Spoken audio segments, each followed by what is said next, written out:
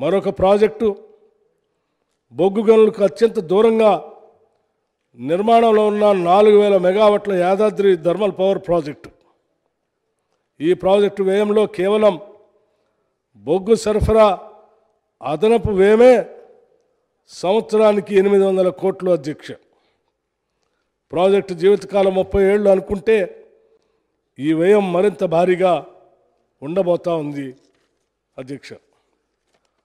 ప్రస్తుతం రాష్ట్ర విద్యుత్ రంగ పరిస్థితి చాలా ఆందోళనకర పరిస్థితిలో ఉన్నది అధ్యక్ష.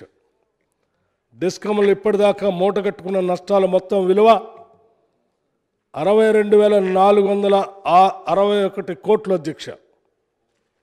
31 అక్టోబర్ 2023 నాటికి అప్పులు మొత్తం 81,516 కోట్లు. ఈ అప్పుల మొత్తంలో 30,406 కోట్లు కరెంటు సరఫరా చేసిన జనరేటర్లకి బకాయిలు చెల్లించడం కోసం తీసుకున్న రోజువారీ నిర్వహణ మూలధనం అధ్యక్ష, మూలధన రుణం. ఇవి కాకుండా విద్యుత్ ఉత్పత్తి సరఫరా సంస్థలకు 28,673 కోట్లు బకాయిలు ఇంకా చెల్లించవలసి ఉంది అధ్యక్ష.